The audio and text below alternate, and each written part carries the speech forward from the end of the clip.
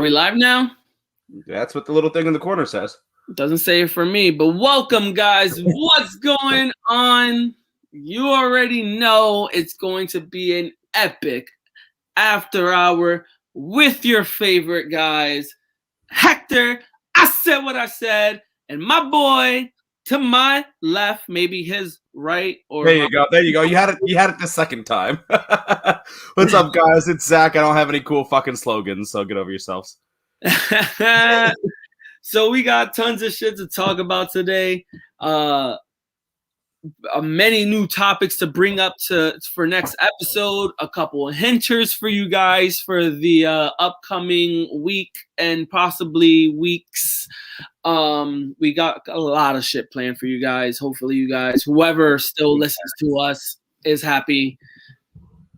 I think so. I mean, we keep getting listens, and fuck, this has been remotely successful. So, I mean, yeah. Oh, look at who the fuck it is. Already started off. Look the man, the myth, the legend himself. Heck, yeah. All right, no, I gotta switch it up. It's summer, it's hot. I guess I sweat a lot. I gotta switch it up every now and then. I'll grow it back out for the winter. Bro, the heat had me tripping today. I'm like, man, do I need all of this? This might be going if it keeps getting. You know what it is? If you trim it up, you don't have to go crazy. But if you just trim it up, however length you want it, right. It's the new challenge to grow it out properly again and see, let it grow again. See, but nobody's got Matty Daddy is the only other one on Sports Me that has a beard game like I do, so I can't give. I haven't seen many beard games out there, but Matty Daddy is definitely leading the pack. Matty Daddy, I'll give him that. He's got a better beard than me, but I'm a close second, and I'm not. It doesn't even match the rest of the hair color. Like, it's a completely different color. Big facts. Yo, Sarah's not on board with the beard. That is my wife, ladies and gentlemen. You don't want that baby face? No. Oh, see, for everybody else, that's the issue. Is when I shave, I look like I'm not even legal to buy beer by a lot. So beer, I look like a 400-pound fucking 3-year-old. Legal to order your own meal. Big facts, like ordering off, like they get me kids menus when I shave. I'm surprised my job hasn't. I love that Boda was quick to jump on though. Congrats! Shout out to Boda over there. People, if you guys don't want to hate on Boston, go hate on Boda. Yes. I'm just joking on you, Boda. I'm not. Damn it. No, but honestly, download Sports Me. We keep saying it. You need to. That's awesome. Fact. It's awesome. Which I got a whole lot of.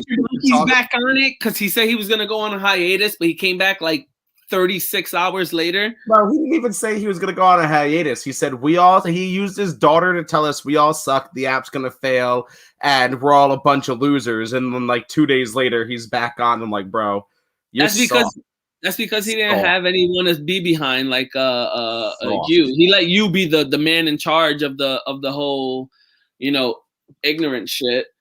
Well, no, he's leading the fucking way. He's every other post he's got to tell everybody how we don't give a fuck. If you have to spend every 30 seconds you get on there to tell people you don't give a fuck, you clearly give a fuck and you're just being soft. Yeah. Well, there's a difference between I get it when you're like if you don't give a fuck, and I get it when you're like, I want to keep it raw and uncut.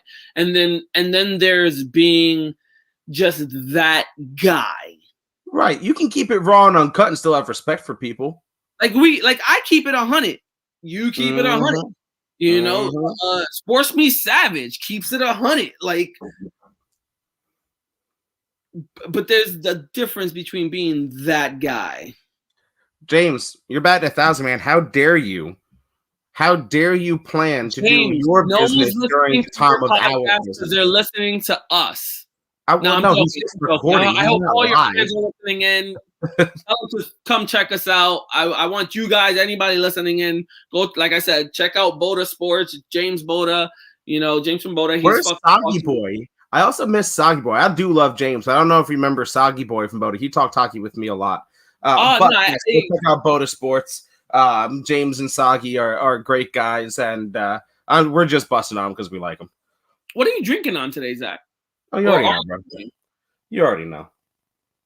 Oh, Oh, I had to do the quickie. It was hot outside today. I brought this. you. I brought it earlier, and I only cracked 3 while I was watching the Yankee game. Yeah, I saw enough that the Yankees tied it. I was in honor. Did they win the second one? I know they lost the first one. I don't know. I was just watching it before. Obviously, if none of the fans can tell, I know me and you have talked. Super Dave, where are you? Where are you, Super Dave? I know you know. I have been banished. They're up 4-3. They're up 4-3 in the 5th. See, I can't watch because I've been banished to the basement by my wife. Urshela doubled to left center, which scored 1. Bo Bichette homered, 3-run homer. Judge homered. Bo Bichette threw a cannon to get Judge out at home, man. Oh yeah, now that man got a cannon for an arm. Beautiful throw. Judge homered to tie it at 3-3, and then Sanchez homered. I didn't see the Sanchez homer. I saw the Judge homer though. Sorry, I was at you. Okay, so we're up. I take it. I was gonna get a little wild and crazy tonight and break out the Crown Royal and Red Bull in honor of game. For game. I was gonna do it in honor of him coming on, and then I was like, "Oh, I get my second shot of COVID tomorrow." For you guys, sorry, I know you guys are super excited for Game Point Live to jump on here. He obviously has his obligations, and we should have pre-warned you guys that he will not jump on until about 9 o'clock. Yes, he will be on.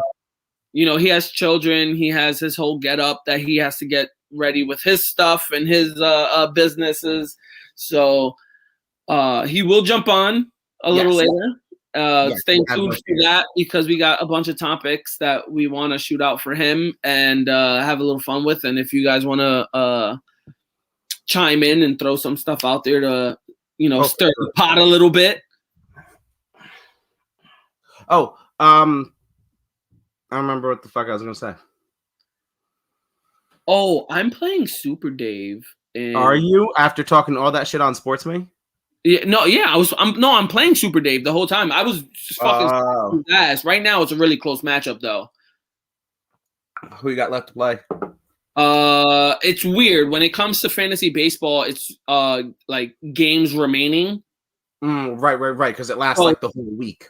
Yeah, because then it's games remaining, and then whoever you got playing, they calculate like how many at bats they'll get depending on the lineup and stuff like that.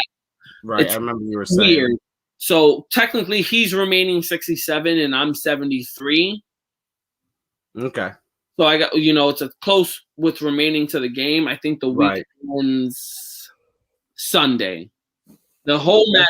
So we went from this Monday that just passed, the 24th, and we played all the way to the 30th. And then at the end of the 30th, whatever the score is, that's who wins, But a week between, like it's baseball, it's a lot of games. Right. I was stomping him at first, but then shit changes because, you got like 8 days. So right now, it's like 8-8. But we still got. What's like a good score in fantasy baseball? So far, I've seen a lot because there's a lot of categories. There's runs, singles, doubles, triples, home runs. They don't give you like an overall point system like fantasy football. It calculates. So they got all the categories of like hitting, right? Like I said, single, double, home run, triple, RBI, stolen base, caught stealing, walks, hit by pitches, how many strikeouts, if you could hit a cycle, and then it goes to the pitching, innings, pitches. Innings pitched for your pitchers because you put your pitching rotation up, wins, losses, complete games, shutout, saves, hits allowed, earned runs allowed, walks allowed, hit by pitches, strikeouts, saves, et cetera, et cetera, et cetera. And then, there's like 25 categories, and then it depends on who. It literally just shows a listing of who wins what.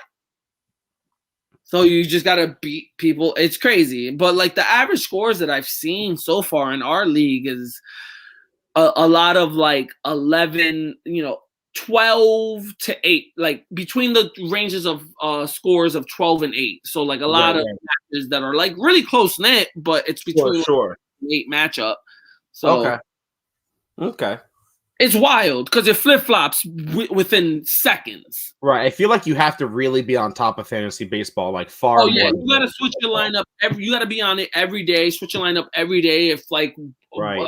This morning, you could set your lineup, and then, by 12 o'clock, your fucking catcher is on the IL, and you're like, holy shit, let me see if I got a back catcher that I could put in, because now he's not good for a couple days, Right.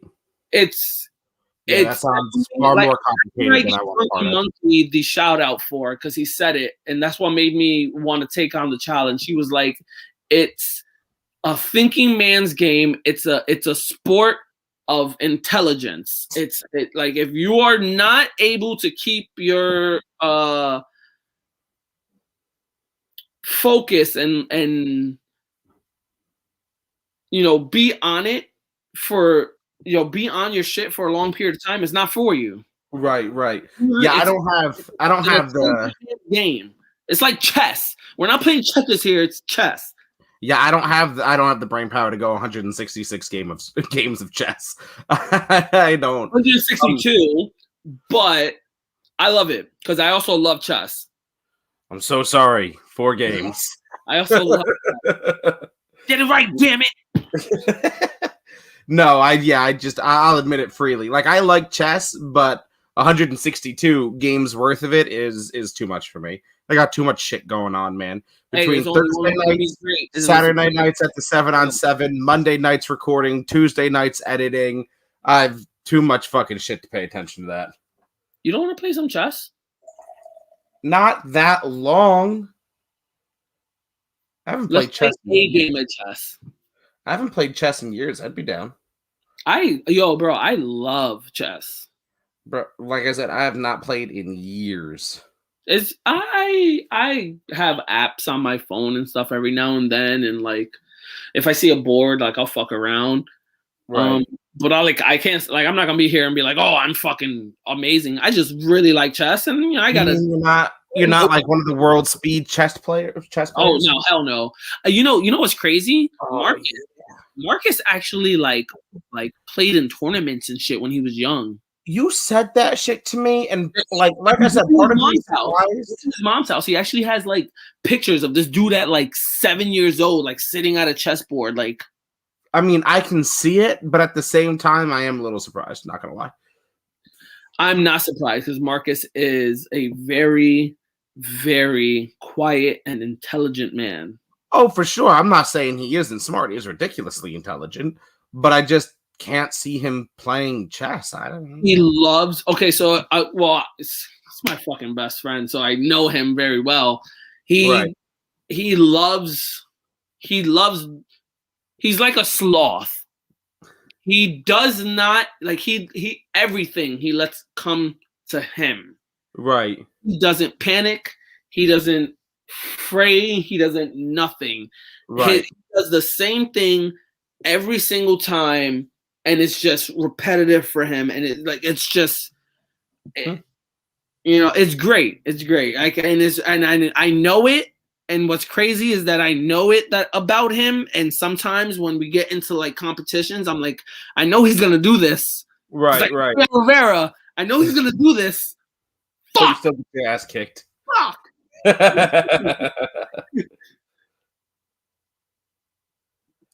So I thought Game Point was messaging me back, but he didn't. Anyway, fuck our guest. That's well, that's not what I said. Well, I mean, we can't fuck up any worse than me getting blackout drunk in like 45 minutes on his Twitch stream. Actually, to your defense, he actually said it wasn't until the ending, like right before we got off, where you started slurring your words. So you lasted the whole hour and 45 minutes. I'm Olympic at this shit, man. If they had Olympic, if like Paralympics, yes, was a thing. Like beer fest. If beer fest was a thing, I'm not on your team, bro. Oh, please, I'm not upset. You're easily on my team. Come on, man. Dude, I'm not gonna lie. Like, I went back and watched that. And I was like, damn, good for me. I don't remember most of this, but good for me. I gotta go back and watch that. Actually, It was concerning me. Like, I didn't realize it when I was drinking the Crown Royal that I was drinking it like I was, and then I went back and watched. I was like, I told you, "Oh you were no, drinking baby, it like what is you doing?" you were drinking it as if you're drinking that Yingling right now. I know. And that's why I told you, I was like, yo, Zach, like, why are you doing that? I know. It had. I went back and watched it. I was like, Yeah, "Oh God." it's your boy. Who? Don't worry, I'm not disrespecting the beard. You just don't know what it's like to be 300 pounds and fat and fucking hot in the summer, man. Hey, guys, if you don't know, Now Hoove you know. fucking now you know. But Hoove is a great impressionist. His podcast on YouTube, he YouTubes and streams all over the place. Check him out. His shit is great. Like we said, get on Sports Me. Shit's fucking funny. Seriously though, like I know that we promote it a lot, and sometimes I feel like we go. We don't even have to promote it, but it's so great. It's just like I just love it to be on. because you get to like when you're on Facebook and shit, and you argue with people about sports. It's a bunch of keyboard warriors, and I mean, yes, even over an app, you still get keyboard warriors, but at least you get to see someone face to fucking face and be like, "Yo, no."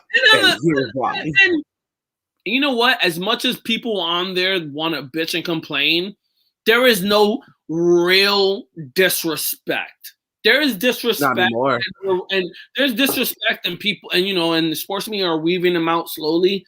But there's no real. You're not going on there, and you're not dealing with no racism or some fucking kind of crazy shit. No one cares about your gender. There's women on there. There's everyone. There's all people, all types of. It doesn't care about anything. So the people that they're weaving out is just because they're. You do it to yourself when you're on. You do it to yourself, kind of shit. You know what I mean? Right. And honestly, man, the community that we've built, hopping on HoovTube, wink, wink, nudge, nudge, having Game Point Live on here, going on over there. Both of us hopped on Rum Boys. We got to get him on. We got to get Jeff on. We got to get Sam, James. All of this great community that we've had. Mike, Drop the Mic FF is wanted to be on. We got to get him. The community that we've built there and the opportunities that have already come just from the guys that are on from there. All types of levels, like Rum Boys, like you've stated, Rum Boys have interviewed multiple NFL players. We've gotten some retired guys, and we got some in between people, and you got movies coming on sports means. So there's all types of people, and just be able to interact with a community that just strictly wants to keep it to one thing and one thing only. Bottom line of the argument, it is just sports. Sport. Yeah, honestly, I love it, man. And everyone's got a great sense of humor on there.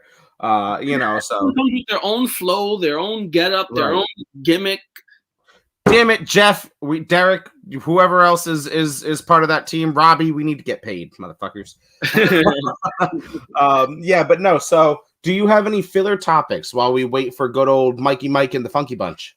Actually, I'll start off a little slow. Thought we hit a little bit of things. I know. I got some good stuff. Like I want to save the Knicks for Game Point. I got that. Trust me, guys. When we get to the Knicks later on tonight, both of us will probably be smashed. And then I'm gonna throw this up for only a quick second because we want it to be a surprise. But we'll see, Hoove. We'll see. I'm not opposed to it. We'll talk because I'm gonna have you. I'm gonna put you on StreamYard tomorrow night, and we'll fuck around, and I'll show you how easy it is there, and we'll do a little bit of fucking around. So before Dylan comes on, because it's gonna be literally just us, I figured just at least me and you can talk about this real quick. Sure, give me 1 second. K-Sub, Sports Me, all one word, capital S, capital M.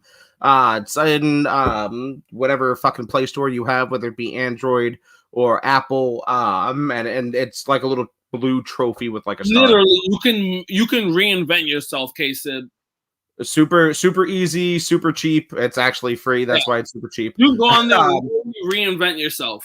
You can be a whole new person on that app.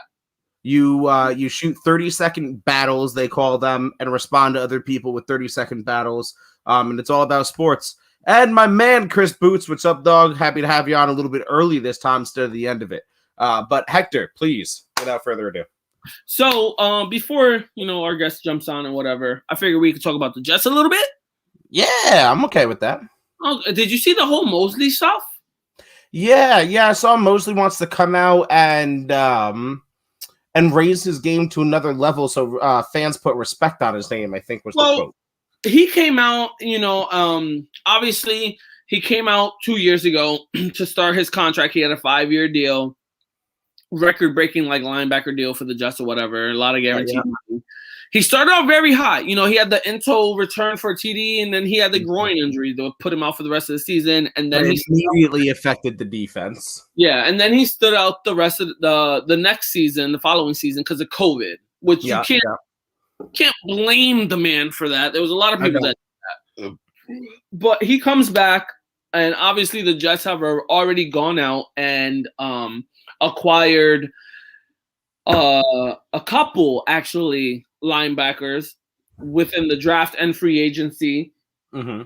And now he's coming back, and he wants to, show that he is still 100% with the Jets, 100% about playing, and 100% about his game still being at the level that it was at before his injury. Right. So I kind of have a feeling about this, but I just want to know what you think about this. I think if you don't put respect on Mosley's name, you're a fucking idiot.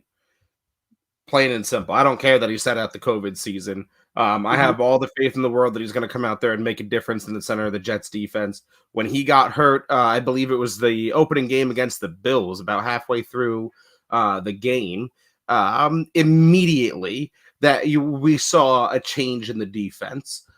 We saw Josh Allen and the Bills pretty much do whatever they wanted from there on out. So he brings a lot of physicality and obviously, physical linebacker skills to the game, but he also brings a mental part of it and a leadership part of it that I think the Jets sorely, sorely missed without him. So I get, and I'm happy that he's feeling this way, and I'm happy that he's coming out with a vengeance, and I hope he does. But I think that anybody that doesn't put respect on CJ Mosley's name is an absolute fucking moron. Now, because obviously the Jets have made some moves, do you think they keep him or they trade him, or you think they're just going to keep him and they're going to make it work?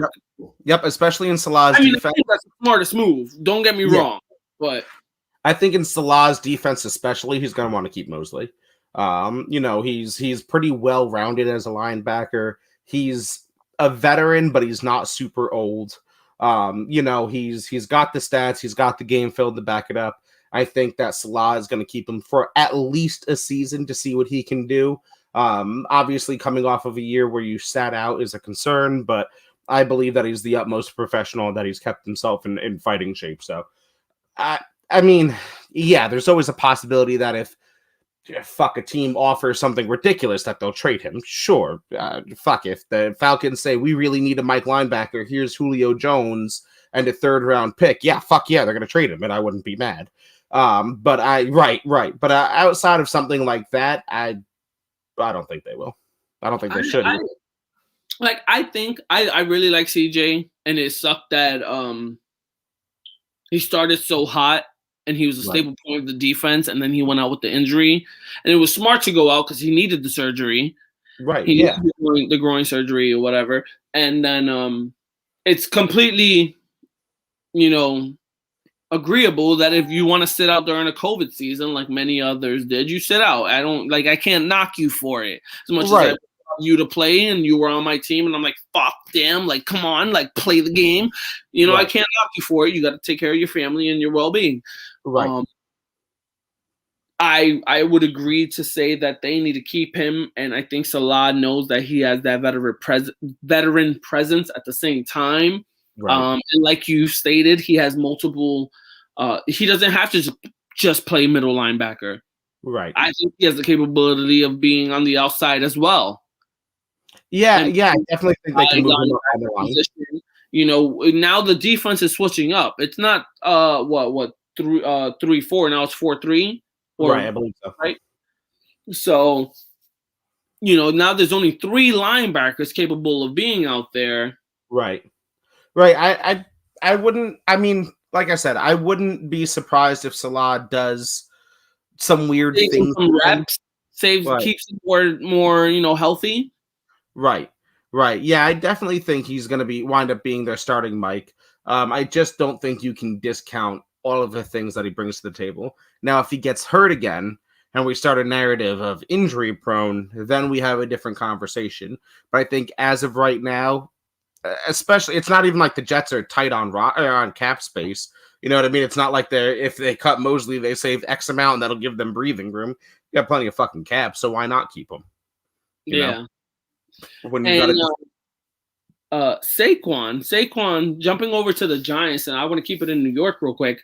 The update on Saquon is that he is running, lifting, jumping, doing all types of activity, but they're not rushing him back, and he may or may not be available week 1. I saw that they weren't pressing him into OTAs and stuff like that. I saw something about may or may not for week 1, but I didn't read into it much. If I'm a Giants fan, I'm not overtly concerned, to be honest with you. I think this is a good play, a smart move. Saquon is obviously the staple point of your offense, and will be the reason that Danny Dimes can have a halfway decent season. So if I'm the Giants, I'm going to do everything I can to hold him back from contact drills or contact anything until absolutely necessary.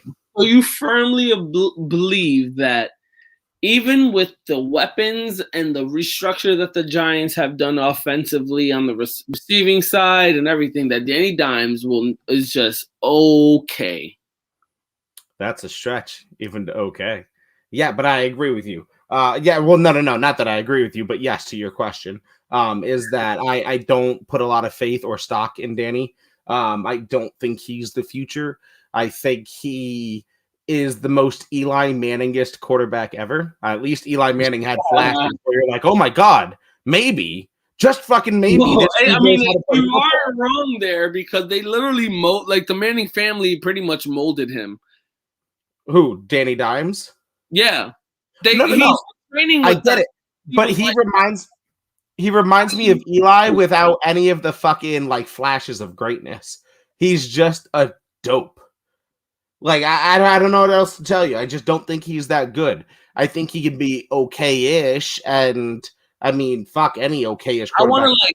I want to Ancestry or whatever that thing is.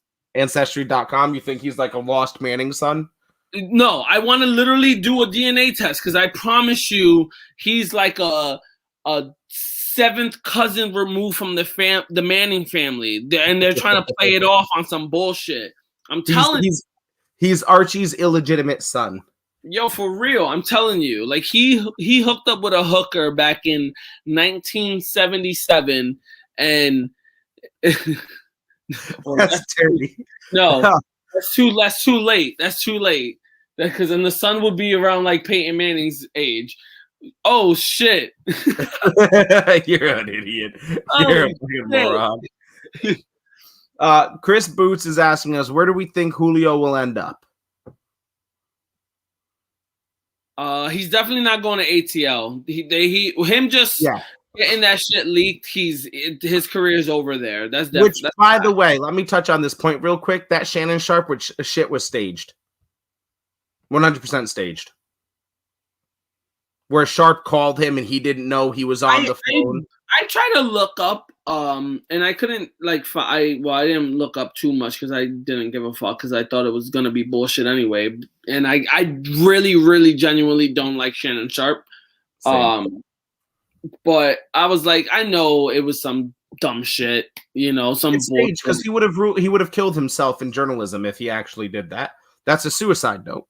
That's the last time Shannon Sharp ever has any position in journalism. There's no way you can just call the guy and just be like, we're not Right. on. This is not. No. Right. No. Yeah. But some fear of mine says the Patriots, like, this is a reoccurring nightmare for me. But I think I said it last week. Yeah, 49ers. I think the 49ers grab him, and I then want to use save him. a little bit of this topic for game point 2, but Gotcha. fuck it. He's going to the 49ers. Yeah. He's going to the 49ers. We'll touch on that a little bit later. In case Barkley being healthy right now doesn't mean shit. I agree with you. That's why I think they'll do everything they can to Barkley. Okay. That's like saying Zeke right now healthy doesn't mean shit. It doesn't. Right now, no one means shit because there's no football being played. Nothing means shit right now because there's no football being played. So great.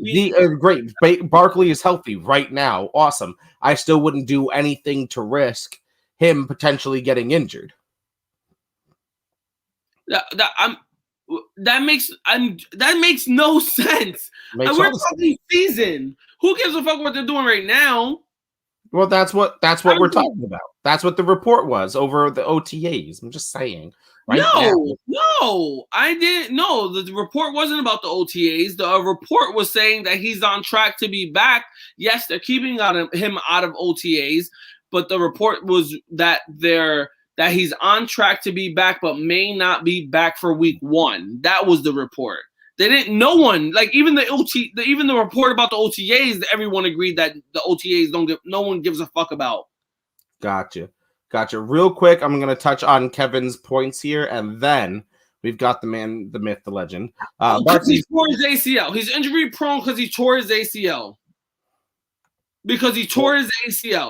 Them Giants fans are brutal, but give me one moment because I'm about to introduce the man, the myth, the legend, Mike from Game Point Live. Now, guys, be nice to him because I'm about to tell him he's on live.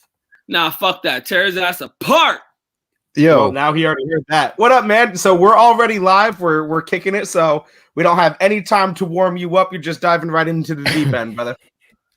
I'm with it. Let's go. What's going on, everybody? Mike? How you doing? Let the guys know where they can find you, where they can get you, all your stream, your platforms, and everything. Well, my name is Mike, as you heard. I am Game Point Live. I am on Twitch. I am on Facebook, Instagram. I tried Twitter. Don't like Twitter. I'm on TikTok. I just troll on TikTok. If you go on my TikTok, it's just me trolling always. I'm gonna have to tag you, man. And I'm on Sports Me. That's how I met Hector and Zach. I know. We were just actually Zach said it a few minutes ago. He was like, "Yo, Jeff, you gotta pay us because we're on here on our own podcast." Every other day, we're like, yo, on Sports Me, we were tearing this guy apart. And on Sports Me, we're doing this. But yeah, so if you couldn't see, Mike had to actually read our names because we only just started talking to him yesterday. So now we've been talking to Mike for a while now. We hopped on his stream. I made mention of that before, where I made a bottle of Crown Royal my bitch. Yes, you did. Started slurring at the end of the stream. He still has well, jokes on you. I was blacked out by halfway through the stream. But anyway, Hector's in charge of all of this. We were making poor decisions. So Hector, tell us, lead us along the path that you want to take, man. What points are we taking today? Shit, man. I mean, we wanted Mike on last week, but it's even better that we had him this week. And holy fuck, the last 2 weeks we had in sports. Mm-hmm. Just the recklessness that we had in sports. And I have to do it. And before any guys jump on in the comments and want to shout out what they want to talk about and shit, I gotta talk about my Knicks. There it is. There it is. We're starting it off early. I know Game Point over there has been watching, and Game Point's a secret Knicks fan. I am. Well, I'm a Knicks fan, but I'm not like a diehard Knicks fan. You know, I'm enjoying this run that they're on. He's an undercover Knicks fan. He's waiting until they win, and then he's gonna be like, yeah. I'm enjoying this run that they're on. I'm hopping on that bandwagon pretty strong. But when they lose, I really don't have an emotion to it anymore when they lose. Oh no, because they lose all the fucking time. So it's like when they lose, it's just like okay. But when they win, I hop on it pretty strong. So I've been invested pretty strongly into these 2 games so far. And man, what a great atmosphere over there at the Mecca, man. I wish I was there. Yeah, don't we all, man? Do you think they pull it out? I haven't won it in 6. Yo, mom. I had it 6 games. Hector's been on that shit for a buck. I got him winning in 6, but I do think it goes 7. And if it goes 7, that's okay because it's back in the Garden. Right. I just want it in 6 because now they get to do it in Atlanta and gets to just suck it. Suck it. Tomorrow's going to be interesting to see how their fans react to New York going there. I'm actually more afraid to see how New York reacts in Atlanta. As like playing wise? Like with the fans. Oh. Like getting the same atmosphere Atlanta just witnessed in New York. Yeah, right, but Atlanta doesn't have that same atmosphere. They don't have that atmosphere. I've been saying they don't have it that way, but it is an atmosphere. It is fans in a stadium. It is an atmosphere. They had the best crowd all playoffs so far. All the series has been with the playoffs. The Knicks have the best crowd. And say what you want with the whole fuck Trae Young thing and the spitting on the it is what it is. That's New York, No, that's another thing. That's great segue, Mike, because that's a whole different, especially with the Russell Westbrook stuff. That's a whole different level of disrespect. I don't like the spitting on people thing. I get the popcorn, and that's a whole different reason to be upset. But like you, me, Zach, and any other man on this earth knows the level of disrespect you send when you spit on someone else. Yeah, you spitting on me. We about to run the fade. That's what it is. I noticed. I was looking into that. On them, they probably is not about it. 50 Cent was right there when the guy spit. I'm surprised 50 didn't get up. Yo, my man. He almost spit on his girl. Was that his girl that he was next to? I hope not. I hope not. Because if it was, and 50 didn't do nothing, me and 50 got a problem.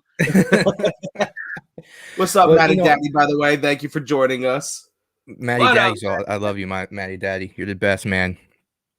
But as far as like the whole crowd chants, like the whole fuck Trae Young thing is, I was talking to some people today about that, and I just think it's like fans just think they could say what they want to these athletes nowadays. And I think a lot of it has to do with fantasy sports and gambling, because years ago, this wasn't a problem because fans didn't have as much invested. Now you're having a couple $100, like say you have a four leg parlay. Sure. And now you have something that you invested in, not just you're a fan of the team. Now now it's your money invested. So I'm gonna agree and disagree. I think no matter when, let's not forget Malice in the Palace was a real thing. You know what I mean? Like, I think no matter what in person, because Ron Artest was a different beast. That man gave. Well, I could point out the Philadelphia fans throwing batteries at Santa Claus. You can point out the Raiders fans being Raiders fans. Insert one of 1,000 situations here. So I think in person, you're always gonna get that level of intensity. Nothing about fuck Trae Young shocks me out of the Garden. It doesn't, and nor does it bug me either, because that's been sports. That's the thing, Right. But I do agree to the point of, like, you'll see Facebook and Twitter posts and people tagging athletes or going after athletes on social medias because you lost me $400 last night, or I needed 28 fantasy points out of you and you got 26, you fucking bum, or now that I'll agree with you. I definitely think I've seen a rise in that shit. But as far as in person, I just think, especially in New York, and we haven't been to the playoffs in fuck how long, especially in fucking New York, they weren't going to be nice. Fuck no, especially Trae Young asked for it. You don't silence New York and tell them all to shh. Well, expect nothing to happen the next night. Like, fuck out of here. little bit because apparently it was in the pre-warm-ups before the game. The fans were already chanting "Fuck you, Trae Young," so that's why he came out with such a vendetta. Right. So I get it. I but get that's it. like, but that's classic. Fans started, and I get it. We're New York. We're Yeah. assholes. We're assholes. We haven't seen the playoffs in 8 years since Melo, and that was and it was a great season. But we knew he wasn't gonna go nowhere. Miami they took one game, but Miami fucking wiped the floor with them. Right. You know it. But come on, you can't go out there and spit on a man. Yeah, that was wrong. I agree with that. That's totally wrong. Just keep it like Kyrie Irving said it best. Kyrie Irving said it best. You know, and when they asked how are you going to feel about going back to Boston, and Kyrie Irving said, just keep it about the game. Right. You know, and it's true. Just keep it about basketball. And I get the fans want to, you know, the fans haven't been in a fucking game in over a year and this and that and whatever, but that's no excuse. Right. For you, because if you do it in the game, you do it in real life. You're that type of person. Right. You don't do it in real life because you know what, like Russell Westbrook said, you know what will happen. Yep. Mm-hmm. I agree. Yeah. And Chris Boots has got jokes. He's asking, does Ewing still play for the Knicks, or have they been in the playoffs since Ewing was on the team? Are you kidding me? Noel was Ewing reincarnate. He's just trolling you. Don't play Chris Boots no mind, man. Noel is like, was Noel on the 76ers? Was that the Noel that was? He was from Kentucky. I forgot where he went drafted to. I don't believe he played on the Sixers though. I know he didn't do well wherever he was, and they let him go. Always a backup. He was a backup on the Knicks until fucking Mitch Robinson went out. That was one of the things I was concerned about this series is if Randall couldn't go off like he normally does. You know, if Randall struggled these first two games, the second half of game two, he did better. But one of the things I was concerned about is if Randall can't have a good game, who else is going to get the scoring? Game one, we had Burke, and game two, we had Derrick Rose, you know, step up. Hey, pause. Derrick Rose went off both games. He did play well both games, but Burke was the leading scorer, right? Yeah. For the first one. You are right. I do believe though, and I said what I said. Tom Thibodeau needs to play Obi Toppings more in the playoffs. It's a lot of pressure. I'm not even sure. To be honest with you, I'm not even sure who Obi Toppins is. That's Obi Toppins. That sounds like a made up thing. He was the pick before quickly. He was the number one. He was the first pick off the board for the Knicks on the draft this year. Born and raised powerhouse and insult the Knicks like that. But he came off the bench both games so far. Played, you know, maybe like 10 minutes tops, but in both games. But he came out, made a great impact, a couple alley-oop dunks, a couple key defensive stops, a couple nice 3-point shots. I believe he needs a little bit more time on the court because he's showing in the playoffs he's about it. They're with Randall, like what I've been noticing with Randall is what I don't like what he's doing is he does what he normally does. He catches the ball by the perimeter and then he backs in. Okay. The Hawks are immediately double teaming him. Okay. They're immediately double teaming him and he kicks it out. And that's why he really can't get going. I've been saying just stick down in the paint. You know, stop trying to. It's not working. He had no points in the first half in this game too. And he plays very timid. He feels like he doesn't want the ball in his hand. Yeah, he likes to take the ball up a lot too. But you know, whatever he did in the regular season, it's not working in the playoffs. It's a different animal in the playoffs. They're double teaming him. They're giving the ball out his hands, and that's where they went down in the first half. Because that scoring spark wasn't there, and then Derrick Rose started scoring, and that's where the spark came. And then eventually, when Derrick Rose was doing well, then Randall started getting his points, and he ended up the game with like 15 points.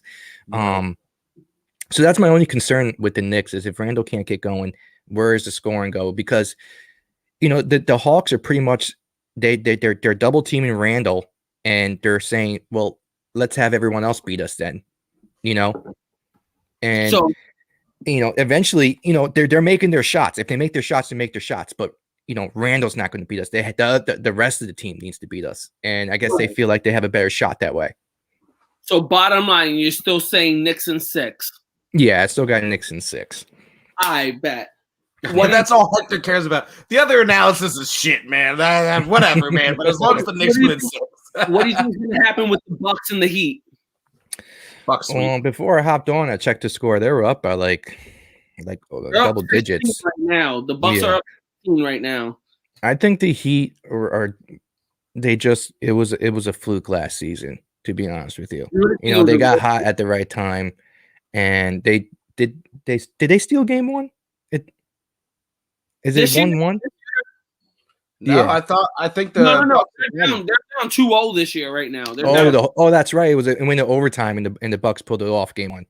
Yeah, that's right. Yeah, so I just think they probably get swept or 5 games. The Heat, or it was just a fluke. Tyler Hero's not playing like he normally does.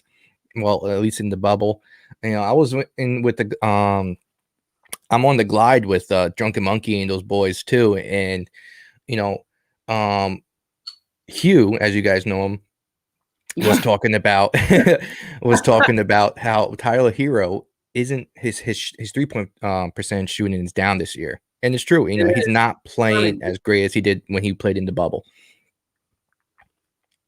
Yeah, he's a bubble hero. No, yeah, exactly. Someone mentioned that earlier. I saw someone mention that earlier today. I think on Sports Me or wherever I was looking at. They were like, "Yo, the man's like non-existent. Like you never heard of him again." Mm-hmm. After Jack Harlow came out with his song, that's it. The curse of Jack Harlow.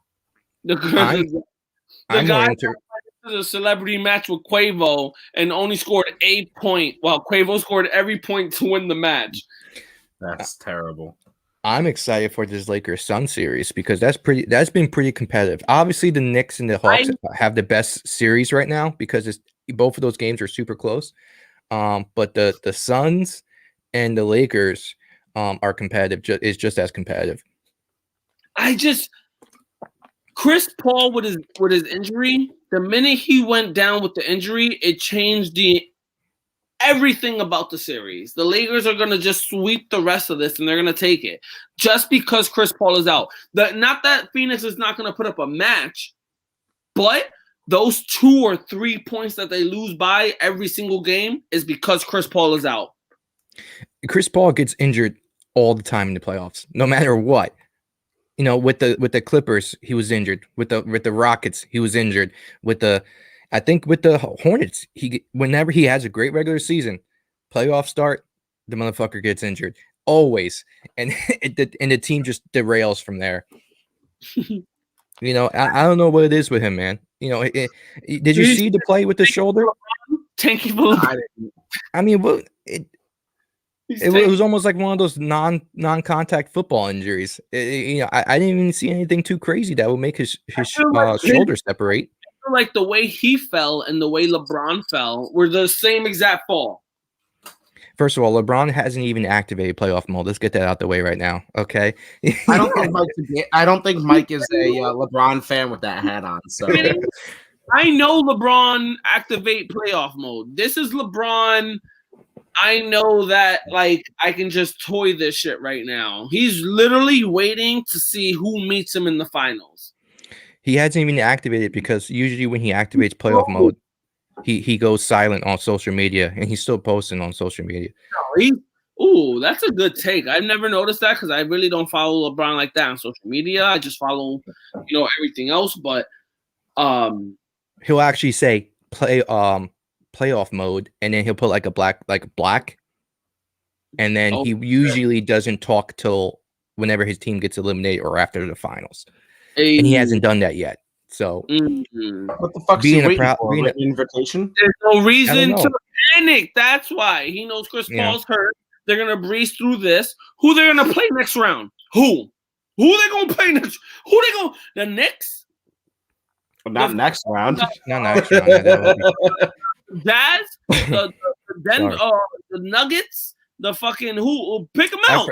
I forget who they're lined up with. I have to see. I don't even care who they playing next round. Where you're gonna be like, all right, especially the more healthy LeBron and AD get, like who they play.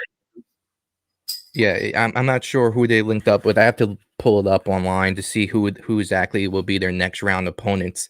But you know what? I feel they're the scariest. They're the scariest 7 seed ever. And if they were healthy, they would be a top 3 seed. They're not a 7th seed. Absolutely, I agree with that. They're not 7th seed. You know, being a proud LeBron sexual, you know, I know these things. Playoff mode's not activated yet, and you know it's coming soon.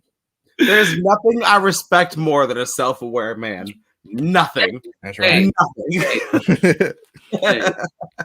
That's right. We know another LeBron sexual, and I'm looking at you, Colbs. I don't know if he's on tonight, but we're looking at Colbs Tyler for that one. Might be on eventually and talk some dumb jibber jabber.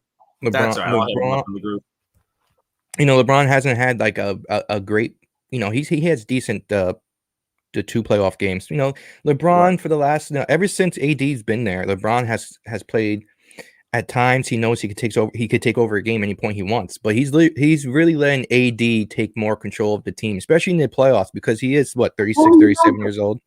He's getting old. He knows his career's. You know, LeBron don't got many years left. AD has a good amount of years left, and he knows like it's all about just passing the knowledge down. Letting someone be the lead scorer, even now, while he's still on the court. Let someone else be the star while you still win chips. By the time you're gone, that guy that you just helped lead to chips is winning more chips because he got someone under him that he's teaching. That's right. And then, so how old? Go ahead, Mike. I forgot what I was even going to say. I'm sorry. I was going to say, how old is LeBron playing? LeBron's probably playing like 30. Well, he's playing his age technically. You know, I guess. You know, like how old do you think he's gonna go to? Like when does LeBron retire? Probably another 2 years. I think he wants to play. I think Bronny is how many years he has left before he could be draft eligible. I don't know. I think Bronny right now is 16 years old. Not this year, next year. So I think he wants to play. I think he wants Bronny to get drafted and maybe play a game against his son or with his son, because I think it's lined up right now. When Bronny gets drafted, he's a free agent, I think. No shit. So you think no matter where Bronny gets drafted, he goes to? I think so. I think so that's how it's lined up right now, if I'm not mistaken. I have to look up his contract, but I think he has like 3 years or 2 years left on his contract. And if you look at it, that would be the year Bronny gets drafted. So if Bronny gets drafted by the Knicks, pretty much by LeBron's 20th year in the league, little Bron is getting in the league. Right. I think so. And if Bronny gets drafted, if this is true and Bronny gets drafted by the Knicks, are we going to see LeBron on the Knicks? No, because they won't have the number 1 pick. That's true, Hector. They won't have the number 1 pick. They won't be a lottery pick. That's a good point because they have a lot of upside. I'm convinced. Like, listen, I'm convinced that Kawhi Leonard is opting out his contract at the end of the season. Okay, he's going to be a free agent. He already said he's opting out. He's not, and the expectations are that he's going to sign with the Clippers, but the Clippers are down 0-2 against the Dallas Mavericks. Okay, Paul George he's ass. Okay, when it comes to when it's the playoffs, he's terrible. And you know, maybe now I don't know what's going to happen, but I could imagine, right? Maybe he's frustrated, and maybe he wants to go back east where it's not as hard. You know, a Knick team with Randall, Barrett, and if D Rose would be a free agent. Maybe they bring him back in. That team could be any other team, maybe besides Brooklyn out the East. The Knicks will have the money, but you never know. So yes or no? Yes or no? We fucking take out Brooklyn without a doubt. Is Kawhi coming to the Knicks? Stand on what you said, damn it. Stand on what you said. Is Kawhi coming That's what I'm saying. That's what I'm saying. You know, don't be surprised. You know, when Put your money Kawhi on it. opts out, hey, anything can happen. This is why we love sports. Put your money on it. Put your money on it. As John Testman in the comments goes, woo! Let's get it. But playoff P, and Kawhi, they have good regular seasons. They're just good to get in the playoffs, but they're down 0-2. Right. And he's going to be a free agent. What's the biggest market in the world? New York City or LA? And LA Clippers, they're just not winning. For sure. And the Lakers. It's not like that team's not stacked. That team is stacked. Right. Right. Yeah, they're just pulling off an ultimate choke right now. Yeah. Who are they playing? The Mavs, right? Mavericks. Yeah, Luka is shitting on everybody. As their number. Luka, like why is Beverly still defending Luka? Beverly he obviously can't guard him. He can't guard him. He thinks he's the greatest defender that ever's walked the face of the planet. Or maybe like 3 years ago. I mean, he's 3 years older. Okay, he's 3 years older, and he's just a journey. He's a journeyman he's a good defender. Right. What has he ever done besides play good defense? And now that that's gone, he's going to be out the league pretty soon. I don't disagree with that. And I've never liked Pat Beverly. I'm not gonna lie. He looks like that actor that played on that Tom Hanks movie that says "I'm the captain now." That's Patrick Beverly. Stop! Look at me. I'm the captain now. Yes, that's Patrick Beverly. I look at him and just like I was like, I didn't know he started acting. Did that man dirty. That's fantastic. Yeah, that was great. That was perfect. That was a meme and put the pictures side by side. They look like twins. Pat Beverly starring. What's that movie called? I forget what it's called. I know it's like the Pirates. Captain Phillips. Yep. I'm the captain now. What you got next for us, Hector? What's our next topic, brother? Some NFL real quick. Game point. Since everyone, literally everyone wants to talk about it. Where is Julio going? Julio! You know what? I am. Oh, my light just switched. I am a person that I don't like when the athletes go vocal about wanting to be traded. It makes me frustrated because they're under contract. Like Julio has bullied the Atlanta Falcons the whole time he's been there. All right, the Atlanta Falcons has done nothing. They bent over backward for him. They made him the richest wide receiver ever. Okay, then I think in 2017, Antonio Brown becomes the richest wide receiver ever. All right. Because that's what happens. Okay. You become the richest. The next wide receiver is probably going to get more money. Julio Jones got all butthurt about that and demanded more money at that time. So the Falcons gave him more money. And now they're not that bad of a team still. Like their defense is atrocious, but they lose close games all the time. And the biggest games of all? What was that? You mean choke on the biggest game of all? Right. They just don't pull out wins. It comes down to like the fourth quarter, but they just don't pull out wins. And now, things are getting kind of rough here. And I understand he wants to be on a winner, but why should a team do him favors? Yeah, I know you'll get like assets back, but why don't you call his bluff and say, all right, don't come. You're under contract. Why should we trade you to a team that you want to go to? If I'm trading him to someone that I know I could get higher draft picks than going to a good team. Because they're gonna if I send him to a good team, then I'm gonna get a high draft pick. Like I'm high by high I mean low. Right. But if I trade him to a bad team, I'm gonna get a higher draft pick because they're gonna be terrible. So why would I give him a favor by sending him to a good team? Well,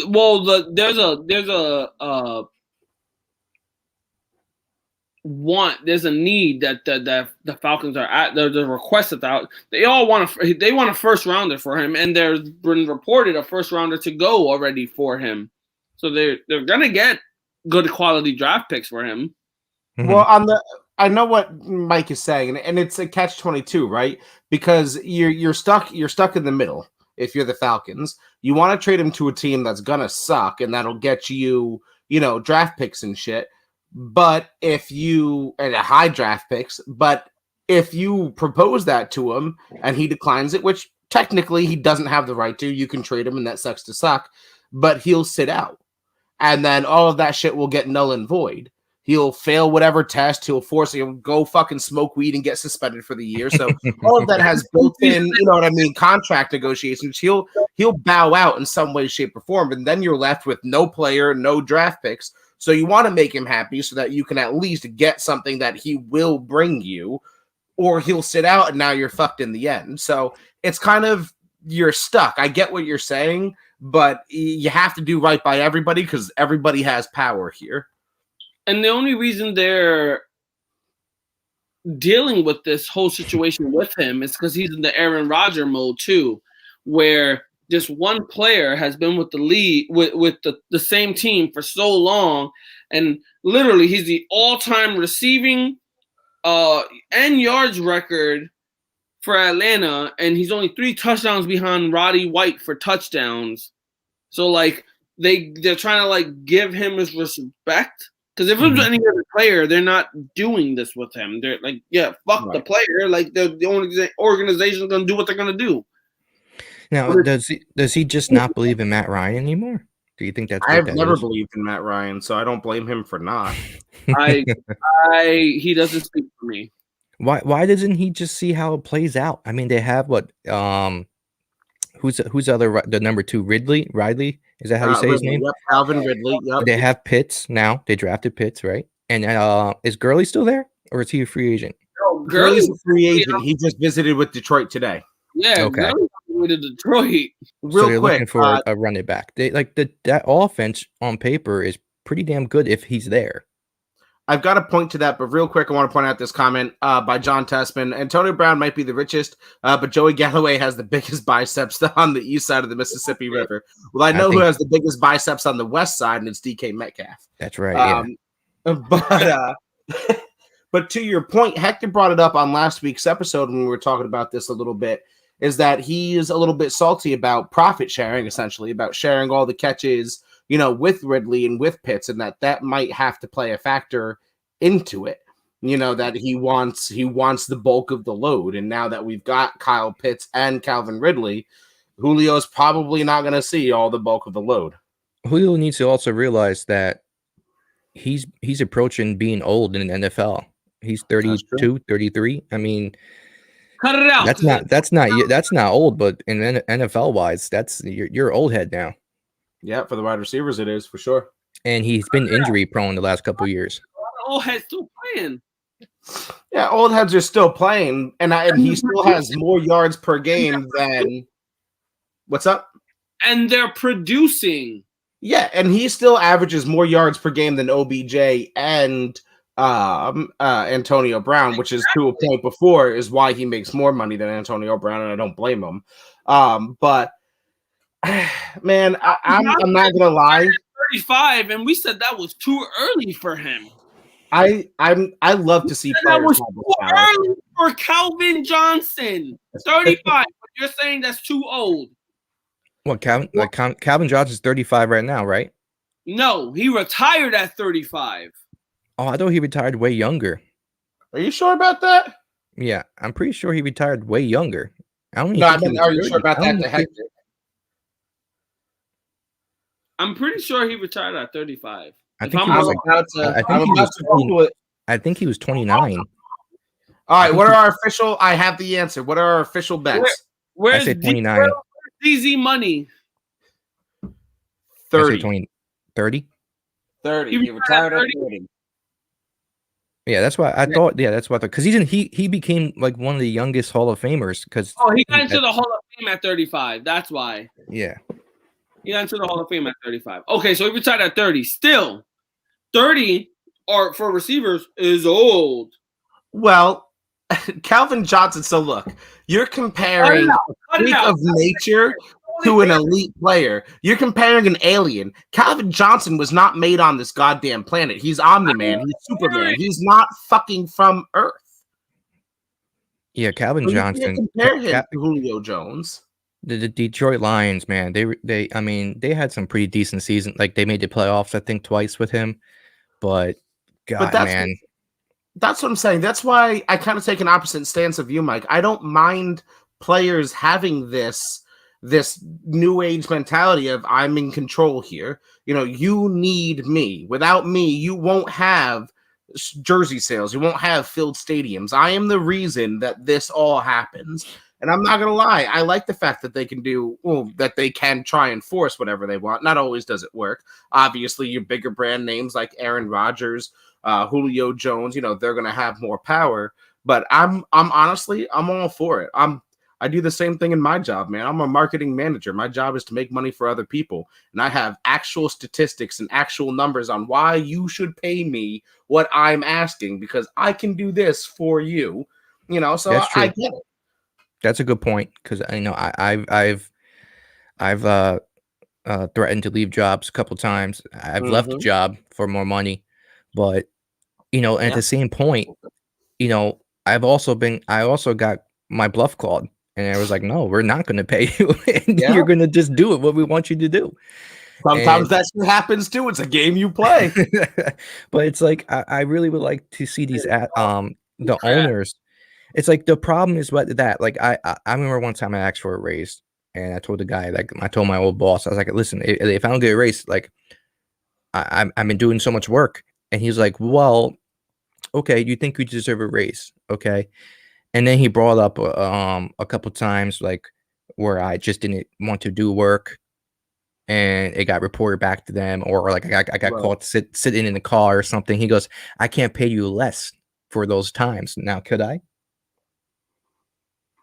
Fair enough. But that's when you turn around and say, yeah, but those times are far outweighed by these times where I've made you more money.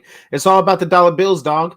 And if you can prove that you are net plus in this, and that's what it comes down to. Like, it's harder for me, it's harder for Hector, it's harder for you in our jobs to prove to our employers that we are net plus, right? Like, I make you X money. It's so easy in the NFL to say, I make you X money. Look at my jersey sales. Look at my yards. Look at my production. Look, you can quantify what I do for you. If I don't get what I want, then I'm going to find somebody else who gets me what I want. Because in my mind, and maybe I'm wrong, there's no way on God's green earth these players aren't talking to each other, aren't talking to other teams. I know that there's a no tampering period, but let's not fucking beat around the bush here. Everybody is tampering. Yeah. Everybody's talking to everybody. Everybody has burner phones that they're texting other people through and shit. You know, so you know that Julio Jones is out there talking to the Patriots, or out there talking to the Niners, and you know what I mean? He's out there talking to these people on the DL saying, hey, you know, this is what I can do for you. I want to win a Super Bowl. Let's go do this. Let's go. You know, so I have a question for you guys. And you're gonna like who it's from. Okay, Mr. Hugh Hefner. Okay, he just came in my chat. He said, doesn't Kyrie embody the new age player? He does. They don't want to play often. They don't want to work often. They have no passion. Did you freeze? No, I thought he did. He's so damn good at being a statue, man. It catches me off guard. I thought he did too. He just is a pussy and wants the trophy just like everybody in this day and age. Nah, man, Kyrie's got talent. Kyrie's goddamn good, man. He's talented, he's great and everything, but he also thinks the earth is flat, and he thinks that, you know, his job, because what it is also a passion that he strives so much for, he really doesn't give a fuck about. So that's what I said. Yeah. Wait, the earth's not flat? No. Crazy enough. It's a cylinder. So it's a globe for a reason. No, it's you ever played Halo? It's like the rings. Welcome back, James. How do you guys feel about the whole Aaron Rodgers thing? I think the Packers should have solved this years ago. I think they had a chance to solve this years ago, and at every goddamn turn they didn't. I think Aaron, like I said this on Sports Me, and I feel very strong about this. I think Aaron Rodgers is being a bitch. He needs to stop. He needs to go on, Hector. Yeah. I can't tell which side Hector's on. I for a while was like on Aaron Rodgers' side, but then after a while, now I'm looking at it and seeing the pictures in Hawaii and the way he went about that interview and everything, and I'm just like, bro, you're a bitch. Yeah, he's being like you're being like your vagina hurts that much. Mangina. That much. It's all that sand from Hawaii caught in there. I'm against and with Rodgers. I think there's a way better way. So the root of his issue, I don't disagree with. But I think there's a way better way he could have gone about it. He's trying to be petty. He's trying to be a smart man petty. Right. That's exactly my issue. What is he exactly upset about? I think it really just stems from the whole love draft. Figure out because he's being so a smart man petty that he's putting it into more and more different issues. Well, I agree with Mike. It's 100% about the Jordan Love draft. It's 100% about a franchise, a storied franchise that has had over 2 decades worth of Hall of Fame quarterbacks and have had 2 Super Bowls to show for it. That's absurd. Brett Favre and Aaron Rodgers have each gotten you 1 Super Bowl. That is pure and utter fucking madness. Yeah, but that's Aaron Rodgers' fault. Now, okay, yes, the defense. Yes, the defense isn't as good as they could be. Okay, but Aaron Rodgers, he just goes against better teams. He's been to the NFC Championship. He's literally begged for weapons. Yes, you got a top 10 running back and a very maybe top 15 tight end and the number 1 receiver in the league. But the number 1 you can't put the running back and tight end in the mix when you're talking about throwing to a receiver. You have one guy, you're literally throwing to one guy. You need one other guy. They can't do that. Yeah, but he's had other like he had Jordy Nelson. He had Donald Driver. Jordy Nelson was okay at best that because Aaron Rodgers was throwing it to him, his stats were so great. Well, let's not forget. I think what year was it? I think the year the Giants won the Super Bowl for 2011. I think that team was 15-1 to Packers, and they lost in the playoffs, and that's because of Aaron Rodgers. That's not anyone. Aaron Rodgers doesn't want to take any blame for anything that he does. He has the highest playoff QBR. Right. But that doesn't mean, he's still just because he's accurate. I can't say accurate. I say it like DJ Khaled. Accurate. Just because he's accurate doesn't mean he's the best quarterback ever. I mean, too many people. No, I'm not saying he's the best quarterback ever, but I am saying to call playoff losses his fault when he has the highest QBR ever. But QBR is just accuracy, isn't it? No. But when you throw an interception, say he's 32 for 35, but he has an interception or 2, he'll still have a high QBR. Fair enough. I can see that argument. Then, so why do you place the blame solely on his shoulders then? Well, I don't place the blame solely on his shoulders. It's just that he doesn't want to take any blame for anything. He's just, he got upset over the called field goal. Okay, you lose as a team, you win as a team. But if you win as a team, but for in his case, you're only winning because of me. But when you lose, I have nothing to do with it, though. You guys don't give me enough weapons. I don't have a defense. 100%. I can appreciate that. I agree with that. I can appreciate that, even though I think the field goal is a horrible fucking example because I think LaFleur should be fucking like excommunicated over that. Right, but even when they kicked the field goal, they had 3 chances to drive the ball, and they failed every single time. That Bucks defense was just better. That Bucks defense was good last year. There's a lot to say about that Bucks defense, but I'm sorry. You ever seen the replacements with fuck? What's his name? Keanu Reeves. You ever seen the replacements? I've seen the replacements here. Winners want the ball. That's true. If he had an extra receiver, though, like he's going 13-3 and going to the NFC Championship with literally nothing, and if he had one extra receiver, I mean, Lazard's was pretty decent. Not just Lazard had a career year last year. Yeah, but comparatively speaking, and kind of against Hector's point, I don't care if I have a bunch of JV kids. If I have Aaron Rodgers as my quarterback, I'm not kicking a field goal for the rest of my season for shit. If my season's on the line in the championship game or in the playoffs, it doesn't matter. I'm cutting my kicker. I'm cutting my kicker to fucking sign another goddamn receiver. Fuck that shit. It was honestly a lose situation because if they don't kick the field goal and he doesn't, he scored. What am I trying to say here? So it was a lose situation for the coach. Okay, if the coach kicks the field goal, why'd you kick the field goal? If you don't kick the field goal, why didn't you kick the field goal? Sure. There's always media backlash, but look, if we're also playing analytics, the analytics of scoring from that distance is also a lot fucking less than when scoring from the 25.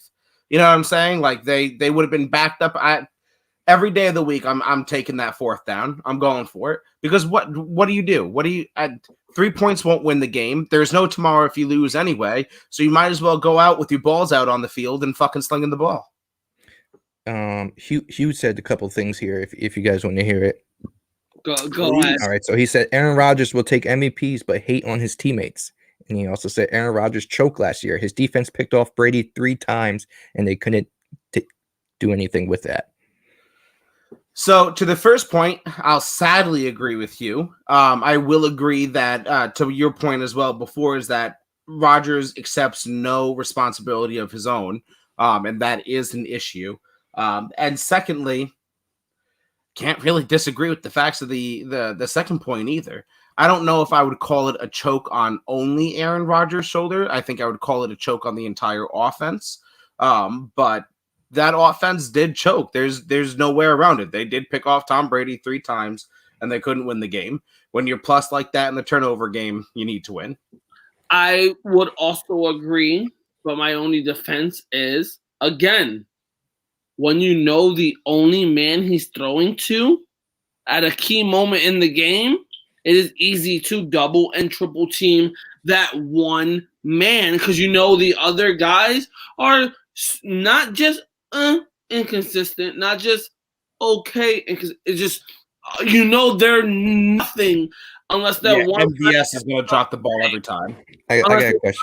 They get that one big play where fantasy, you're like, oh my god, they'll do something for me the rest of the season, but they really don't.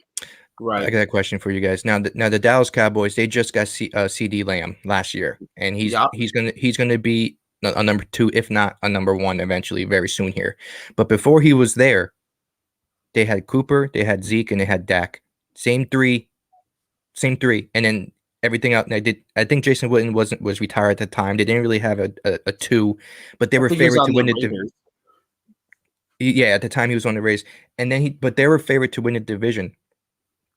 Now, why is that good enough for the Cowboys, but it's not good enough for the Packers and Aaron Rodgers?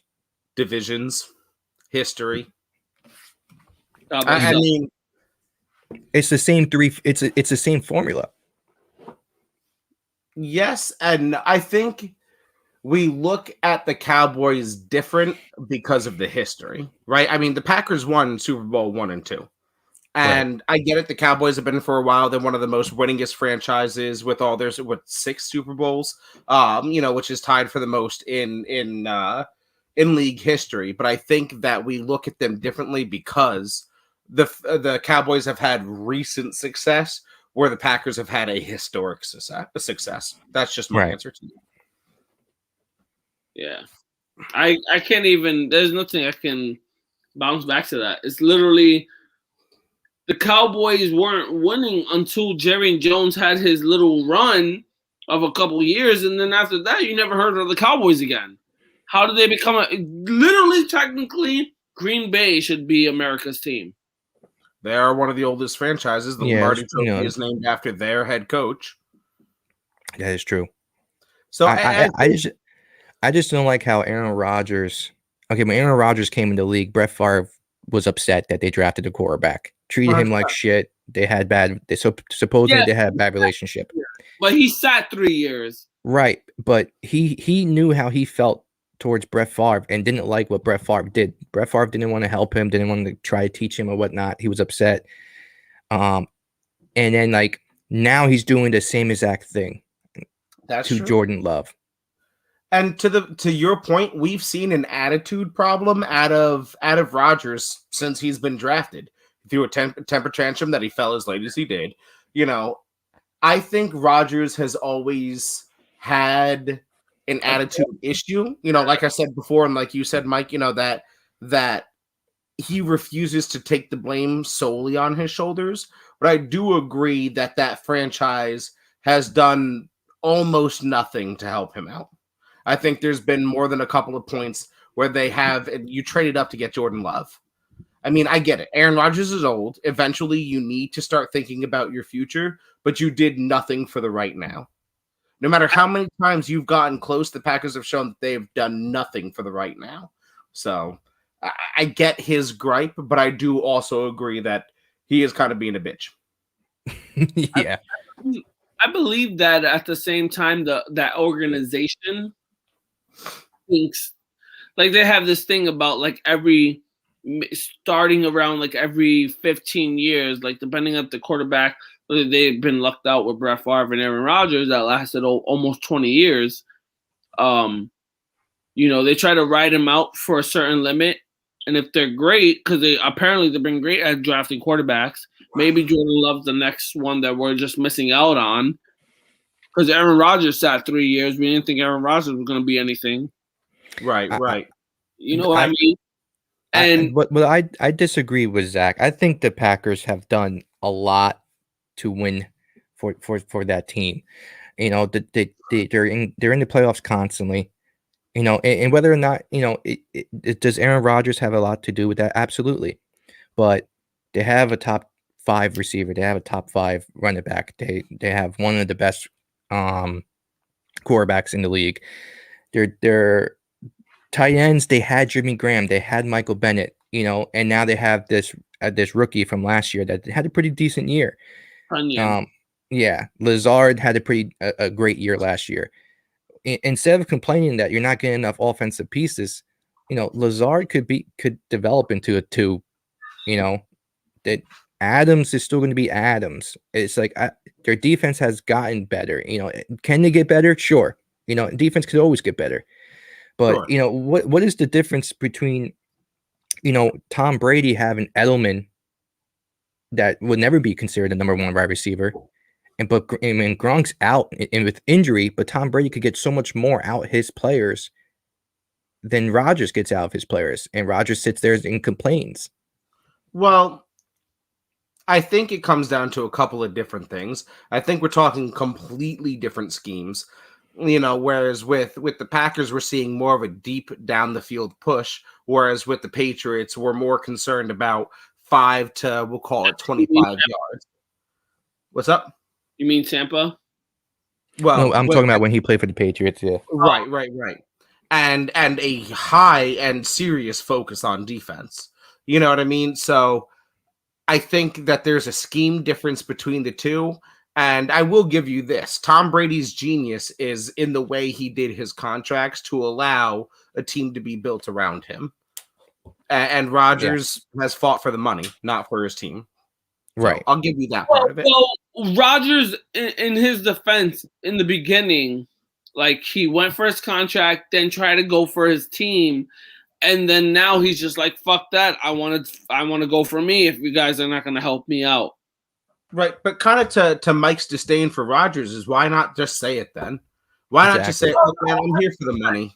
He like I said, he's trying to play the intelligent role where he thinks everyone else is stupid. And I would say that's probably Rodgers' biggest sin is that he consistently thinks he's the smartest man in the room at all times. Like Exactly. I said, he's a Jeopardy fucking host. If he leaves NFL right now, he's gonna be the next Jeopardy host. If he wanted it. Fuck the guy that won 73 straight fucking Jeopardy matches. Fuck Ken him. Jennings. No, it's gonna be Aaron Rodgers. You know Did the you just problem say is his with name? Ken Jennings. How do you how do you know that? You know what? I don't know. I just know Ken Jennings won 72 games. It's just No, so yeah, fluent. no, I actually looked it up not too long ago because I was reading into it because something popped up and I was like, fuck, man, that man is goddamn that. Because I saw Aaron Rodgers on a Jeopardy thing and I was like, Mike just hit it too goddamn quick. He was like, yeah, Ken Jennings. Yeah, okay. Well, fuck you too, I guess. like You what? know, You play him? You play Jeopardy? Let me spit. I watch Jeopardy. I watch Jeopardy and I try to answer as many questions as I can. Yo, And I'm a big fan of Wheel of Fortune though. Are you? Price is right. Yeah. Price is right. So, Mike, are you secretly 80 years old and you I just think so. age I very, think, very well? Or I think so. I like Family Feud. The game show channel is a big channel watched in this house. I want to test his abilities. Every time you say something now, you gotta say who is Oh, tape for 400. Like one last thing about Aaron Rodgers is, Yeah. I don't know how you guys feel about him, but it just seems like he has a terrible attitude towards things, and it just seems like people are scared to say they don't like him. Like no one, like if you think about, no one in his life likes him. Like his family doesn't even like him, and it's like, he doesn't even talk to his family. And he's starting to have a bad attitude towards everything. He's becoming kind of disliked here, I think.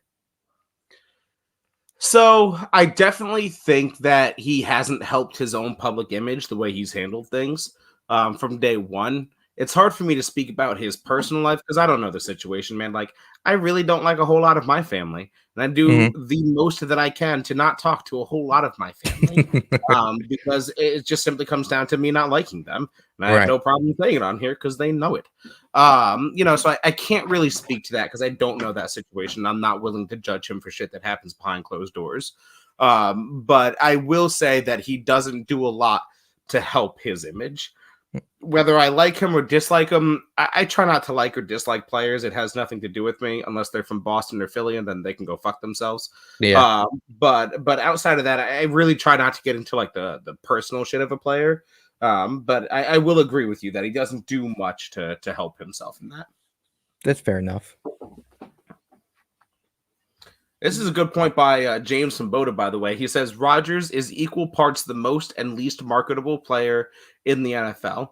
And that is probably the most accurate statement to describe Aaron Rodgers that I've ever heard. Because his quarterbacking skills makes him one of the most marketable players in the NFL. And then for the very same reasons you brought up, Mike, is it makes him one of the least marketable players. So that is probably the statement to define Aaron Rodgers right there. That's true. I got a good one. What, Mike? What do you think about Tebow? Tebow time. Tim Tebow.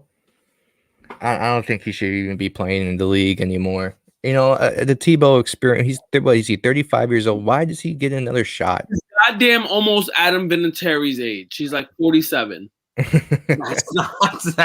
not. I don't know why he gets another shot. With so many other people out there that are probably, why would he get another shot? I mean, I know he has leadership skills and I know everything that Tebow brings, but no, at tight end too, he'll probably make the team most likely. They'll love him there. Exactly. Urban Meyer, he knows Tebow is a good leader, but my whole thing was, if you want to bring him in to be like a leader of the locker room, bring him in as like an advisor, a team advisor, or some type of coach. No, I agree with you wholeheartedly, and we've been some of the harshest critics of Tebow. I mean, look, and I disagreed with Herms from Rum Boys on Twitter and stuff. You know, he said, "Oh well, you know, this whole take that he's not good at sports is wrong. He's played Double A baseball. That. You know, like yeah, good for him, but he failed to make the Mets. He failed to make the Mets Yeah. when they were like the worst team in the MLB. Awesome. Now, I'll be the first person to say it. I said it on last week's podcast. I am not obviously like the world's most leading athlete, right? Like Tim Tebow is clearly a better athlete than me. I'm not going to sit here and say that I am a better athlete than Tim Tebow. That's not true. But I'm allowed to sit back and objectively say that this man has no right 8 years later to have a shot in the NFL. Right. Like, how would you feel if you worked your motherfucking ass off to get to this fucking point and you're a fucking tight end or you're an on the bubble fucking player that has a snowball's chance in hell to make this team, to make the 53-man roster, and then here comes this dude who hasn't played in 8 fucking years, but because he knows the coach, he gets your spot? Bro, I'm knocking on your door. I'm knocking on your door and putting you on the front page. Yeah, it's messed up. I give it to him. He's in great shape. If you see his pictures, he's super jacked, like way bigger than he was as a quarterback. Like he's fucking jacked, and he's putting in the work. And yes, he's very athletic. As most athletes, they can probably play multiple positions very decent or whatever. But like you guys have stated, you're out of the league for 8 years. Like, first of all, why? Okay, so you're out of the league 8 years. Why isn't Des Bryant getting a chance? Yeah, Yep. I agree with that. I said that. I said that too. You know, why is Des Bryant not getting a chance? Antonio Brown, he had to fight for. I get it. His shit was a little. He also went a little bit crazy, man. Yeah, he went. He had a higher risk than reward at a certain point. A little Right. different. But he had to fight hell to get his shit back. And there's other players too who have in and out of the league or borderline that like, but this guy just gets given, like just handed out the opportunity to try out for a team when you know you're gonna make the 53-man roster. It's about who you know, man. It's about who you know. John Tessman wants to bring back Greg Olsen. John, I think he's a little bit more focused on his son, whatever, you know, the stuff that's going on. Oh, that's right. Yeah, his son has that heart problem. Yeah. Yeah. I mean, I would take Greg Olsen every day over Tim Tebow if I had my pick of tight ends, of retired tight ends. I mean, that's no question. He got more things. Do you think Tebow scores any touchdowns this year? Yeah. Of course. Yeah. 100%. They're going to use him. He's not going to be just a tight end. He'll block maybe 13% of the time. Any other time, they're using him in some other type of formation. I was going to say, there's a hell of a lot of ways right now, drunk, that I can think of to use Tim Tebow in gadget plays that he can easily score touchdowns. That's what I said. He's blocking maybe 13% of the time. I'm not letting fucking Tim Tebow block. Get the fuck out of here. You're a quarterback. What the fuck do you know They're gonna do. They're gonna do.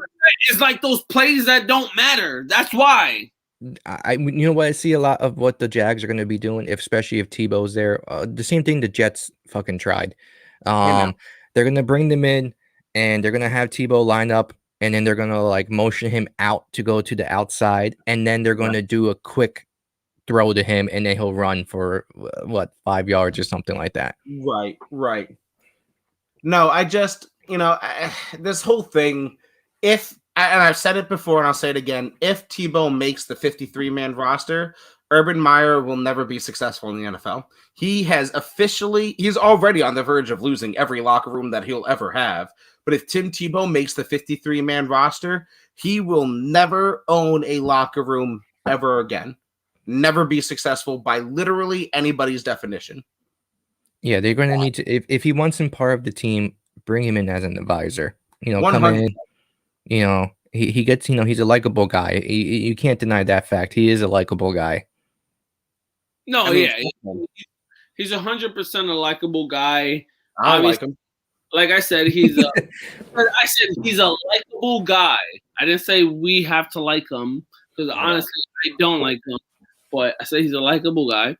And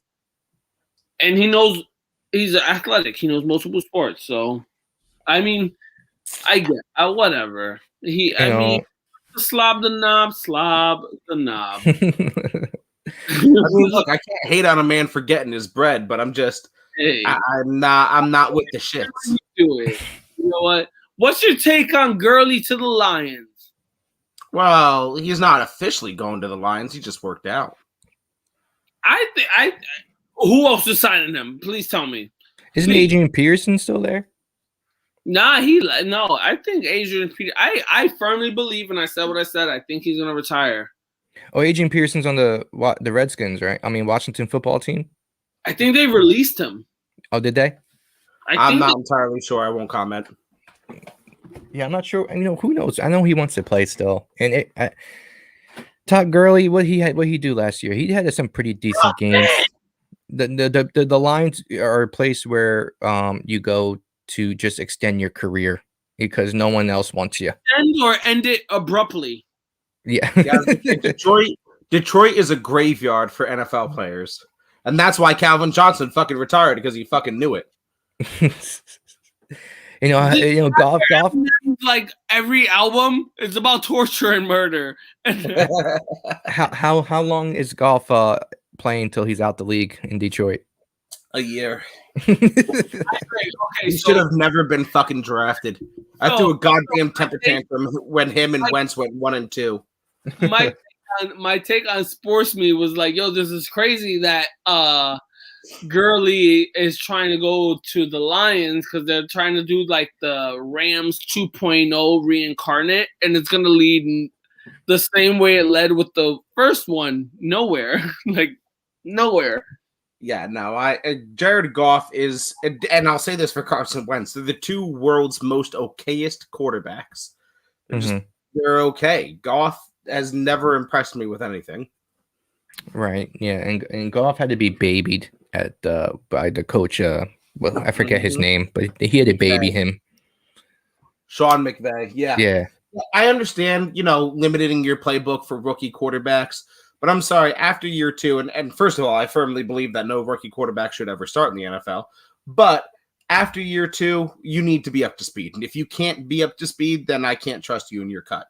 Like, I'm very strict with quarterbacks. If I can't have a full playbook that whatever I want to do, whether it be gunslinging, West Coast, fucking ground and pound, it doesn't matter. Like, if I can't by year two have you in control of this shit, nah, get the fuck out of here. You're cut. Goodbye. I don't care how much money I spent on you. Like, you're useless to me.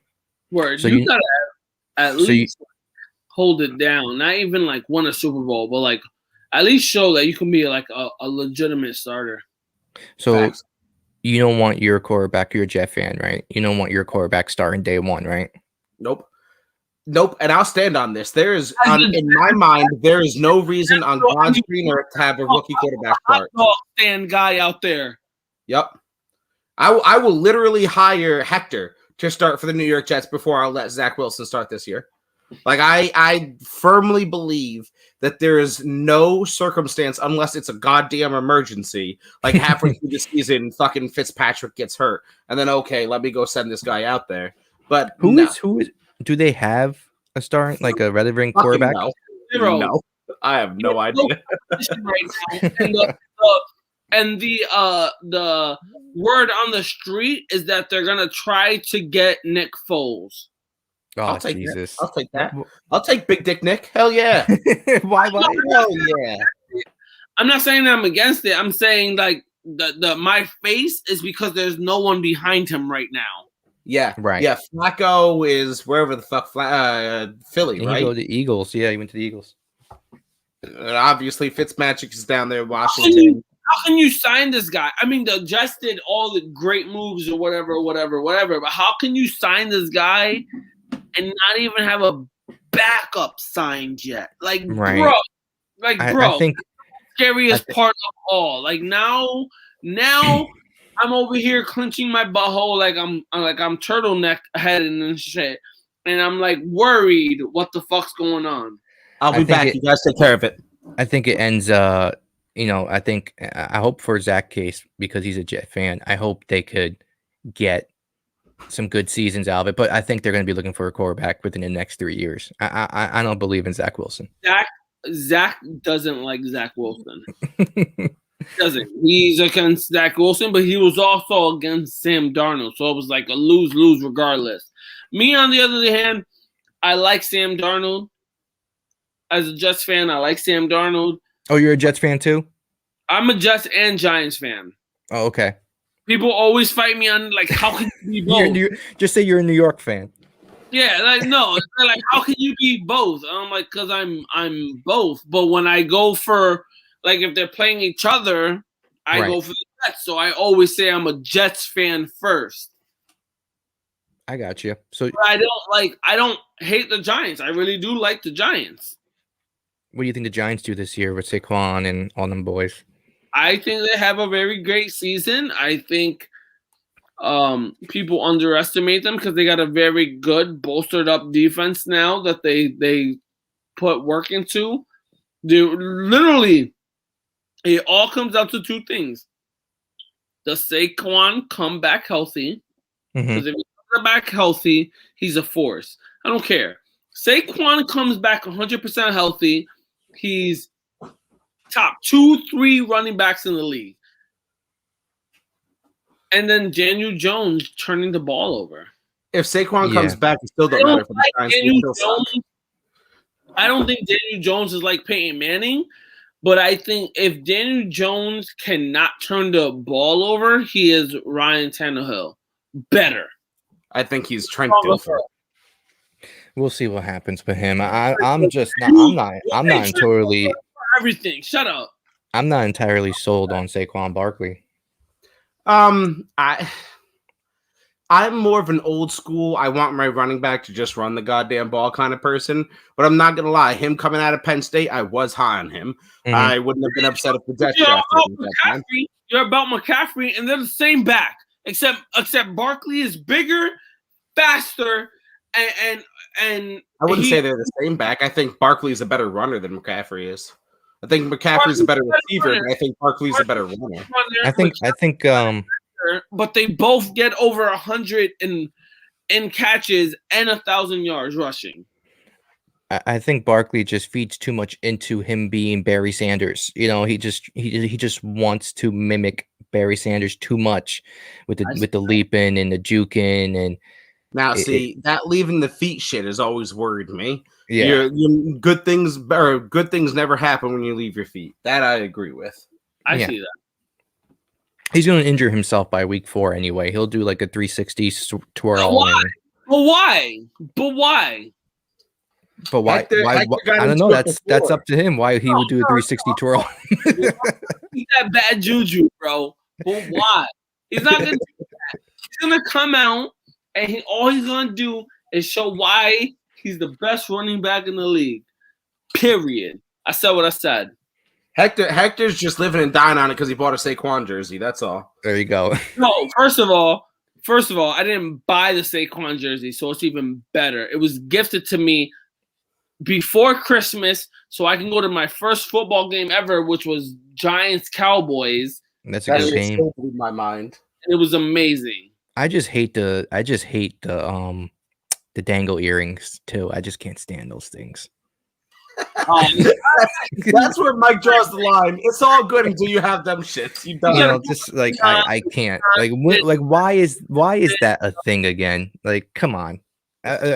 He has his number on his little earring. Why don't you get a little dangle earring?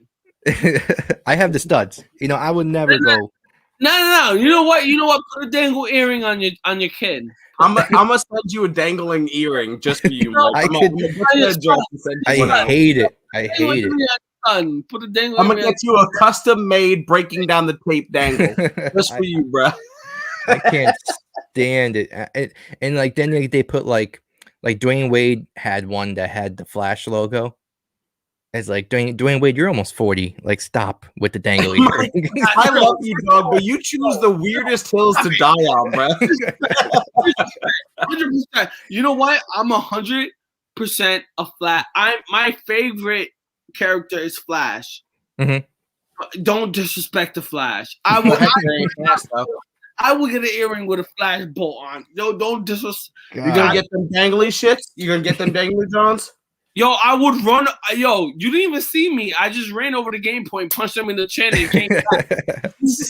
Whenever I see men with dangly earrings, I just picture them going like this. That little head pop, that was me punching him in the chin right now. It just Welcome. Hold up real quick. Chris Boots, former CEO that I worked with and current friend of mine, not former friend. Sorry I had to leave for a while. That I missed the whole Julio going talk. Yeah, Julio's retiring. He decided that he's gonna retire. Yes, he's going to the 49ers, I think was the consensus. if he announces, like, say the Falcons do call his bluff and they're like, okay, whatever, if you want to sit out games, we'll just fine you, blah blah blah. If he announces he retires, how long does he need to stay retired before he can contract? So it's the length of the contract. So I think he has like 3 years left. So then I'll bring him to his rights. Just like, so I make this comparison all the time. Just like if Russell Wilson were to retire from football and go to baseball, he's automatically a New York Yankee. The Yankees own his fucking rights as far as baseball is concerned. So until like that contract is valid, whether you retire or not. Contract. So they can't grab him until his contract with Seattle is over. Right. Well, that's what I'm saying is that the Falcons own Julio. Just like he can retire, and then the Falcons can trade his rights to whomever. I mean, what are we doing here then? Call his bluff. Be like, no, we have you contracted. If you don't want to play, then don't play. We still have Ridley. We can make him a number one.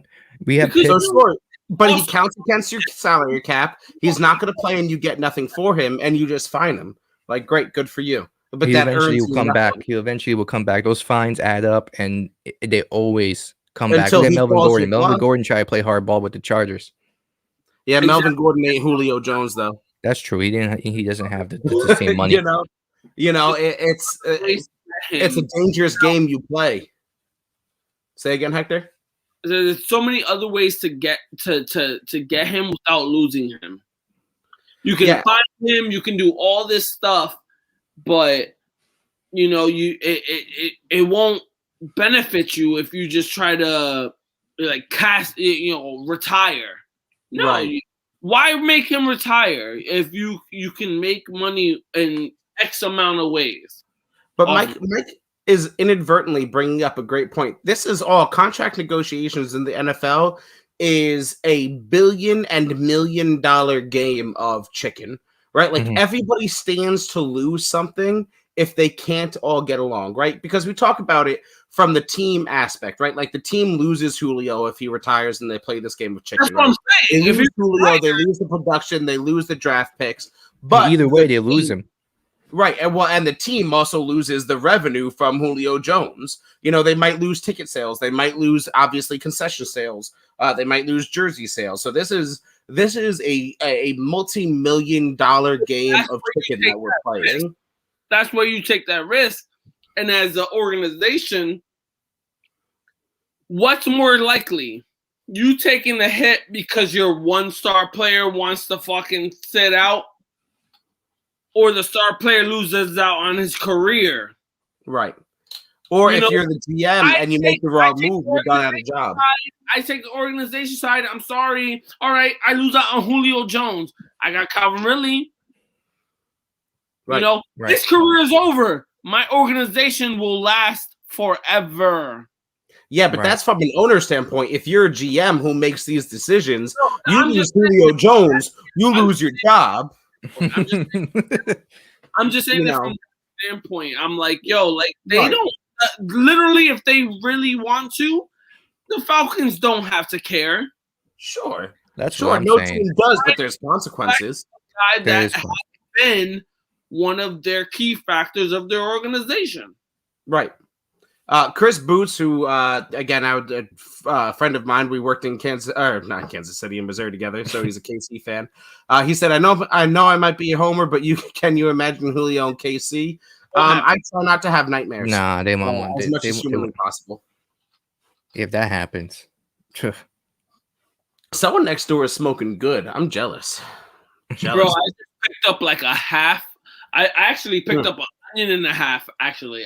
Onion and a half. I'm jealous. Let's I'm not jealous. talk. If I wasn't a foster father, I would do it in a heartbeat. Hector, I mean, how do you, Hector? The real question is, how are you getting that to Mexico? Don't worry about it. I don't. KY jelly, my friend. I don't think about it. Hector's gonna be like this. KY jelly. Hector's gonna go. Hector's gonna go in the bathroom at the airport, and you're gonna hear this, and then you're. All right, so live. I will keep this as vague as possible since this is recorded. As a former CO and someone who has traveled to a different country, it is a lot easier to smuggle things not up your butthole than you would. And that is as vague. Off recording, we can talk about some shit, but as far as recording go, that's as far as. Or you could just look Middle Eastern like I do. I go right through the airport, no problem. Yeah, okay. You know, Mike gets pulled down for a pat search every time. That's the only part. The only place I haven't got random search is the airport. No shit. Yep. I won.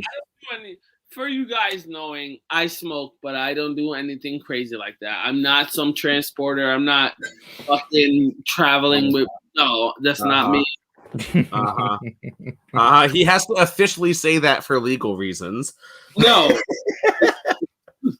I've never gotten pulled aside for a pat search, but I have been told that my passport doesn't exist before.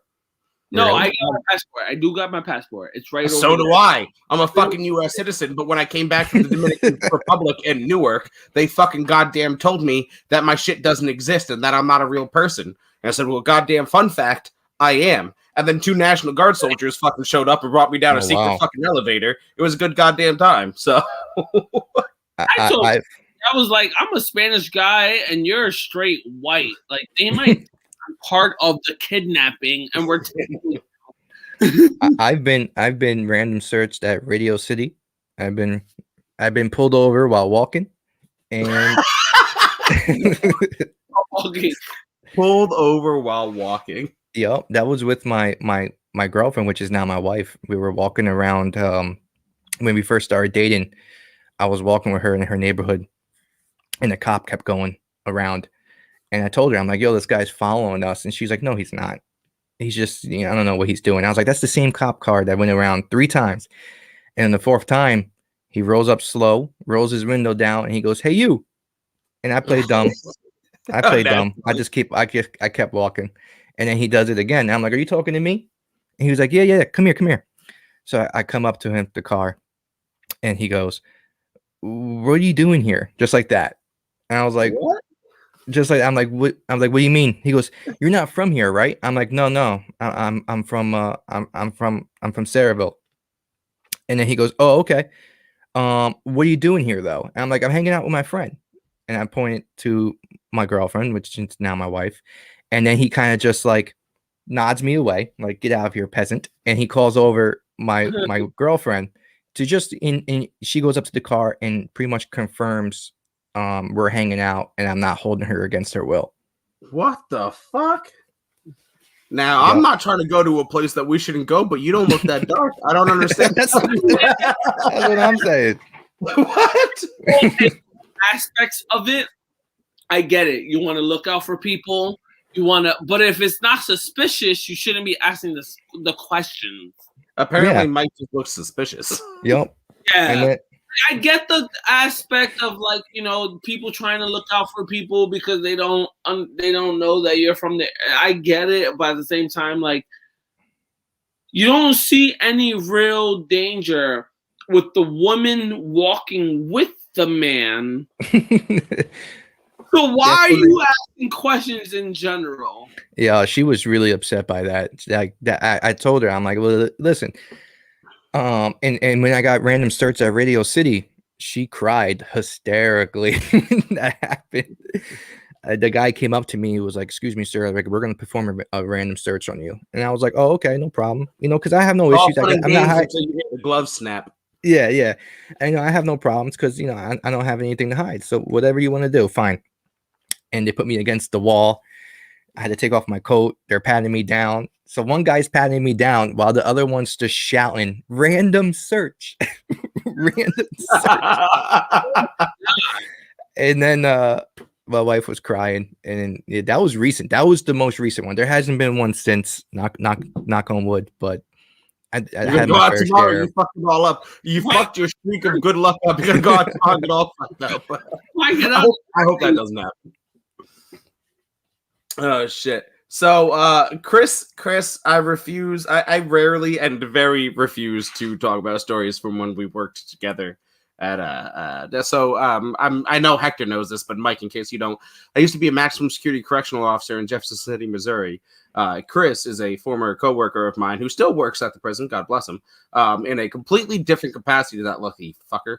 And there are some extraordinarily interesting stories about people smuggling certain things in certain places that I refuse to talk about.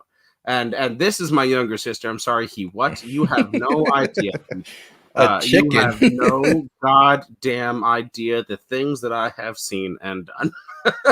And Kyle, talking actual football, Wentz will have an MVP season with the Colts. Kyle, I love you. Drugs are bad, okay? Stop it. And Foles only plays good in Philly, and that is the honest to God truth. Yeah. Kyle is an Eagles fan, and I still think he loves Wentz, which I have no idea why.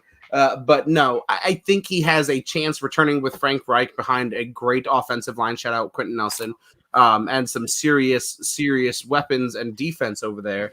But I just do not believe that Wentz can return to a halfway decent season. Zach, let me ask you something, because you didn't get in on this. Me and Hector went back and forth a little bit on this. I was making fun of J. Cole. How do you feel about the J. Cole situation?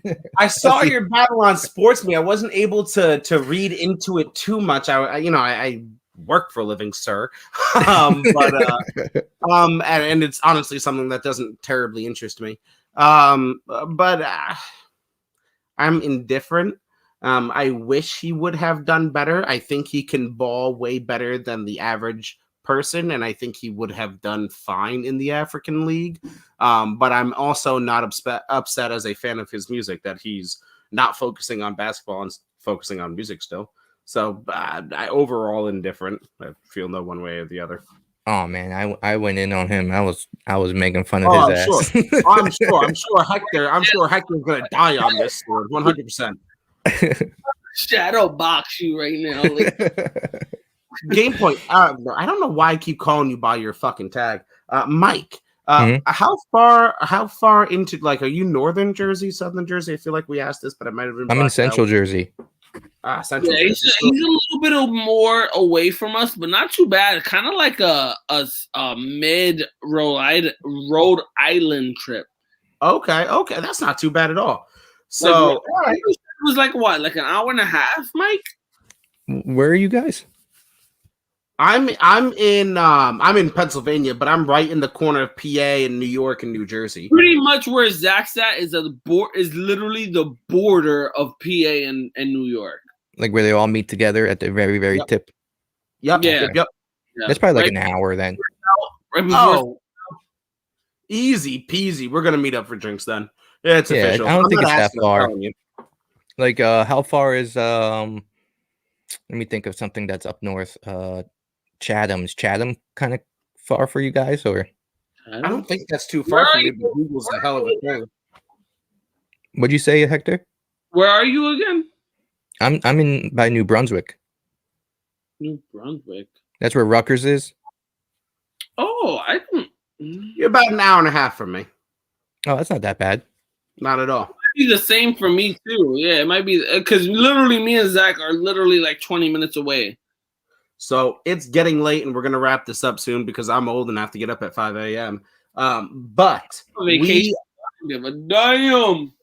Yeah, I gotta go work too. So you're on vacation mode. You're on vacation mode. You call your bosses and tell them that Hector said what he said. So we're gonna be hitting up a Jets game. What is it? The Bengals game? I don't know, December 5th. Bengals or Jaguars, whatever. If you want down, Mike, let us know. We're gonna try to buy tickets early now. Yeah, get a whole crew together, be partying it up in the parking lot. I'm gonna, God willing, the creeks don't rise, be a relatively new father, so I'm gonna get away from the kid and shit. So we're gonna party it up, man. If you want to come, just let us know. Yeah, man, I'm interested in that. That sounds like fun. All right, Mike. One last time, let everybody know where they can find you, what they can do. If you have any shout outs from I know that you've been on Twitch on your end. If you have any shout outs from your chat or anything, let us know. No, nothing recently. I'm having internet problems today too. I'm dropping That's frames like crazy right now. So, but let me. You can find me on Twitch. You can find me on Facebook. All of it's Game Point Live. Also Instagram. If I'm not on streaming, because I do only try. It's not my full time gig. I only do this as a hobby. I can only do it on the weekends whenever I can. And this is the first time in 2 weeks I streamed. I got my COVID shot. I'm fully chipped and counted. And there you go. I got mine tomorrow. What's your size? But whenever I'm not streaming, you can catch me on Instagram. And of course the Sports Me app, and also I'm having fun on TikTok, man. I'm just having fun talking shit to people. You know, if you want to see my TikTok of just trolling, just saying stupid things that come in my mind, you know, follow me on TikTok, you know, and then people fall into my trap, and then I just talk shit to them. So I'm about to go follow you, dog. We're about to have it out. That's why I don't do TikTok.